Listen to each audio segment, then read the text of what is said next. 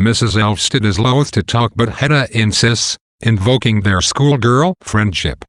Mrs. Elvsted reminds her that Hedda often pulled her hair at school. Hedda is not discouraged and eventually gets Mrs. Elvsted to admit that she has an unhappy relationship with her husband, the district magistrate.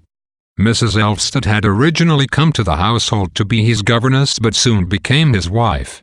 The couple has now been married for 5 years, although he neglects her and is much older than she. Illert Lovborg has been coming to tutor the children for 2 or 3 years, and during this time she and Lovborg have become quite close. She claims to have reclaimed him from alcoholism, and she talks with animation about how she first began to aid him in his research. Yet Mrs. Elvsted feels very unsure of Illert and fears he will begin drinking again. Also, she says she fears he has another woman in his life, a woman he has spoken of only once. Apparently, he used to be involved with a woman who, when they parted, wanted to shoot him with pistols. Mrs. Elvsted leaves and Judge Brack arrives. Hedda sees Mrs. Elvsted out while Brack and Tesman Asterisk converse alone. They discuss the new house, and Brack, who is helping finance the couple, says he wishes they could be more economical. Tesman emphasizes that the expensive new house is vital to Hedda's happiness. Brack also talks of the enormously positive reception Lovborg's new book is having. Hedda joins them. Tesman expresses concern over how Lovborg will make a living, while Hedda finds it amusing that Tesman is always thinking of how various people make their livings. Brack says that Illert has very good prospects and that Tesman may have to compete with him for his professorship. Tesman is seriously alarmed. Brack assures him that he should get the position anyway, but Hedda offers little sympathy.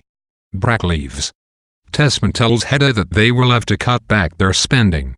Hedda says that at least she still has one thing to amuse her, her pistols. Tesman is mildly shocked and runs after her, begging her to leave the pistols alone. It is clear that Hedda is smarter than Mrs. Elvsted and can easily manipulate her.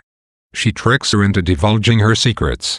Plainly, Hedda suspects Mrs. Elvsted of having an affair with Lovborg, but it is unclear why Hedda is so interested in him.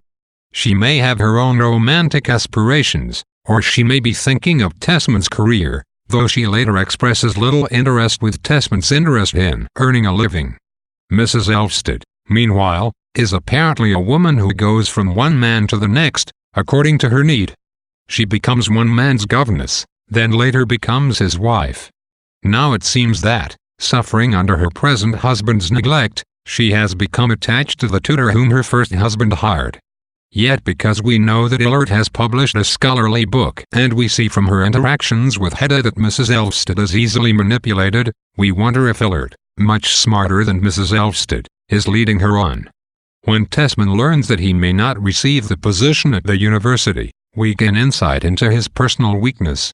At the very beginning of the play, Tesman comes off as a Levesic but otherwise dignified man. Here we begin to see him as a coward. Ibsen is carefully revealing the flaws of all of his characters.